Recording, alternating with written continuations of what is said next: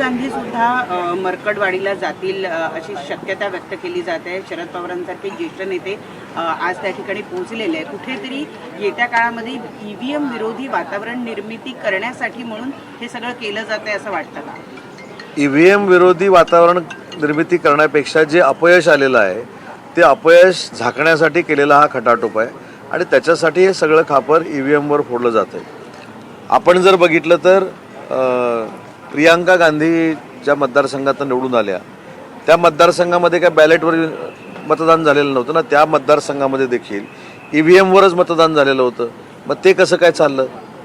त्याच्यामुळं मला असं वाटतं की महाराष्ट्रातल्या जनतेनं महाविकास आघाडीला जे पूर्ण नाकारलेलं आहे त्या नाकारल्यानंतर आपण काहीतरी करतोय. आपण जे नाकारले गेलेलो आहे ते EVMमुळे गेलेलो आहोत असं दाखवण्याचा काही लोकांचा दुर्दैवी प्रयत्न आहे. परंतु जनतेनं नाकारलं हे आजपर्यंत कोण स्वीकारायला तयार नाही. पवारांनी एक महत्त्वाचं स्टेटमेंट केलेलं आहे की इंडिया आघाडीचं नेतृत्व करण्याची क्षमता ममता बॅनर्जीमध्ये आहे असं काल एक त्यांनी कोल्हापूरमध्ये महत्त्वाचं विधान केलंय. तुम्ही कसं या वक्तव्याकडे बघता? त्यांनी थेट असं सांगितलंय की इंडिया आघाडीचं नेतृत्व ममता बॅनर्जी करू शकतात. काँग्रेसवरती, काँग्रेसच्या नेत्यांवरती कुठेतरी नाराजी यामधून दिसून येते. नाही, याच्यामध्ये नाराजी म्हणण्यापेक्षा आता वेगवेगळे प्रयोग करणं महाविकास आघाडीला क्रमप्राप्त आहे. राहुल गांधींवर एक प्रयोग करून त्यांनी बघितला, तो यशस्वी झाला नाही. आता ममता दिदींवर हा प्रयोग करून बघायचा आणि त्यांच्या नेतृत्वाखाली राहुल गांधींच्या नेतृत्वाखाली आलेले जे अपयश आहे त्याच्यात काय फरक पडतो का, पाठीपुढं होतं का, एवढंच बघण्याचा हा प्रयत्न आहे. त्याच्यामुळं आता काँग्रेसनं विचार केला पाहिजे की त्यांच्या नेतृत्वावर शंका निर्माण केली गेलेली आहे आणि ही शंका त्यांनी केली ही अयोग्य आहे असं मी म्हणणार नाही. ही जनतेची देखील शंका आहे की महाविकास आघाडीचं नेतृत्व जे लोक करतायत त्यांचं फक्त भारत जोडोमुळं सरकार येणार नव्हतं, तर त्यांचं सरकार काँग्रेसचं असताना त्यांनी देशासाठी काय केलंय हे जर सांगितलं असतं तर कदाचित काही मतं इकडे तिकडे झाली असती.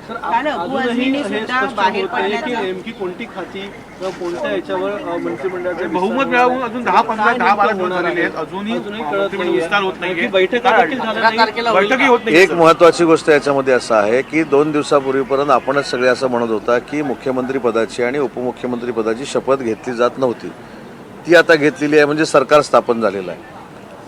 मंत्रिमंडळ जोपर्यंत विस्तार होत नाही तोपर्यंत तिन्ही नेते मंत्रिमंडळ सांभाळायला सक्षम आहेत. त्याच्यामुळे मला असं वाटतं की मंत्रिमंडळ येत्या काही दिवसामध्ये फायनल होईल, त्याचा विस्तार देखील होईल, शपथविधी देखील होईल. परंतु तोपर्यंत महाराष्ट्राचा विकासात्मक गाडा पुढे नेण्यासाठी तिघांचं नेतृत्व कॅबिनेट अतिशय चांगल्या पद्धतीनं चालू शकतात हा आम्हाला देखील विश्वास आहे आणि महाराष्ट्रातल्या मतदारांना देखील विश्वास आहे. हिवाळी अधिवेशनाच्या आधी विस्तार होऊ शकतो का? आता मला पक्षाचं मत किंवा या तिघांचं मत माहिती नाही, पण मला असं वाटतं की हिवाळी अधिवेशनाच्या अगोदर मंत्रिमंडळाचा विस्तार नक्की होईल.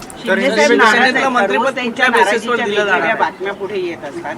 अजूनही ते नाराज आहेत का? काही खात्यांना घेऊन अजूनही कुठेतरी चर्चा सुरू आहेत. नगर विकास, गृह दबाव तंत्र सुरू आहे.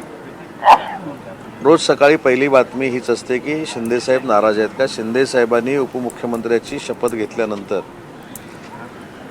काही जिल्ह्यांमध्ये जो अवकाळी पाऊस पडला होता त्याच्यामुळे जे नुकसान झालं होतं त्या अधिकाऱ्यांची देखील चर्चा केली. त्यांना तातडीनं पंचनामे करून नुकसान भरपाई देण्यासंदर्भातल्या सूचना केल्या. त्याच्यामुळे त्यांचं ॲडमिनिस्ट्रेटिव्ह काम हे शपथ घेतल्यानंतर तातडीनं सुरू झालेलं आहे.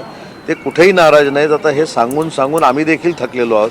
त्याच्यामुळे रोज सकाळी ते नाराजीची बातमी जी आपल्याकडनं येते ती आता भविष्यामध्ये थांबवली गेली पाहिजे ही माझी विनंती आहे. अतिशय जोमानं जसं मुख्यमंत्री असताना एकनाथ शिंदे साहेब काम करायचे 24/7 तसं काम त्यांनी उपमुख्यमंत्री पदाची शपथ घेतल्यानंतर देखील सुरू केलेलं आहे. महाविकास आघाड़ी के एमएलए आज शपथ ले सकते हैं और वही EVM विरोधी एक माहौल बनाया जा रहा है, उसको आप कैसे देखते हैं? आपने सही बात कही है कि माहौल बनाया जा रहा है, उसमें कुछ भी मेरे ख्याल से जो अभी मैंडेट मिला है उसको ढकने के लिए ये सब चालू है. जब EVM प्रियंका गांधी मैडम की यहाँ अच्छी तरह से चलती है, वहाँ उनकी जीत होती है, तो उधर किसी का भी आक्षेप नहीं है. हरियाणा में भी किसी का भी आक्षेप नहीं है. नांदेड़ में जो चुनाव हुआ, बाई इलेक्शन हुआ, उसमें महाविकास आघाड़ी का MP चुन के आया, उधर आक्षेप नहीं है. लेकिन मेरे कॉन्स्टिट्यूंसी में आक्षेप है. मैं जहाँ से जीता हूँ, हमारे महायुति के सब लोग जहाँ से जीता है उनके ऊपर आक्षेप है कि EVM में कुछ गड़बड़ है. अभी अपना जो सक्सेस नहीं आया है वो ढकने के लिए ये महाविकास आघाड़ी का प्रयास शुरू है और ये मेरे ख्याल से माइंड डाइवर्ट करने के लिए ये सब कुछ चल रहा है।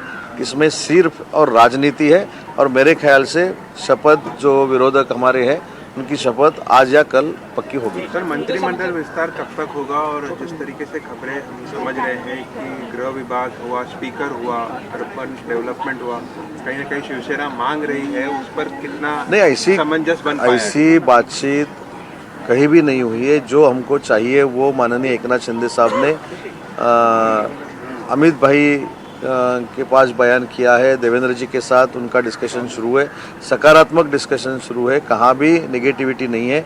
मेरे ख्याल से ये 2-3 दिन में सम्मानपूर्वक बंटवारा हो जाएगा और मंत्रिमंडल का विस्तार भी हो जाएगा। ममता बनर्जी इंडिया अलायंस को लीड करती हुई का जो स्टेटमेंट आया है, वही कांग्रेस नाराज दिख रही है। इससे जो नेशनल पॉलिटिक्स चेंज होती हुई नजर आ रही है, कैसे देखते हैं?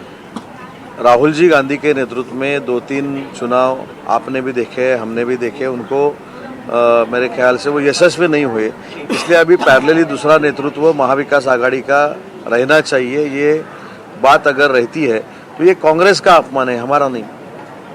सर, आज शरद पवार शरद पवार कहते हैं कि महायुति की जिस प्रकार से जीत गई, लेकिन लोगों में उत्साह नहीं नजर आ रहा है। शरद पवार का इस प्रकार का बयान है, तो किस बयान को आप किस तरह से देख रहे हैं? अपने पार्टी के जो कार्यकर्ता है, अपने पार्टी में जो बचे हुए लीडर लोग हैं, उनको मॉरल सपोर्ट देने के लिए ये बयानबाजी है, ये राजनीति है। मार्केटवाड़ी में खुद शरद पवार पहुंचे हैं और ईवीएम का इशू उठा रहे हैं, सबके समर्थन ले रहे हैं, ऐसे में कैसे देखते हैं सब चीज़? इसके ऊपर भी मैंने कहा है कि ये ईवीएम के ऊपर डाल के जो उनका पूरे महाराष्ट्र के लोगों ने उनको 40 पे लेके आए, 45 तक लेके आए, उसको ढकने के लिए ये सब प्रयास शुरू है, राजनीति शुरू है। अभी क्या करना है तो ईवीएम के बारे में क्वेश्चन मार्क करके ईवीएम ऐसा है इसलिए हम नहीं जीते, ये दिखाने का ये प्रयास है और ये पूरी की पूरी राजनीति है। आखिरी सवाल, वक्फ बोर्ड जो है नोटिस इश्यू कर रहा है, 100 से ज़्यादा किसान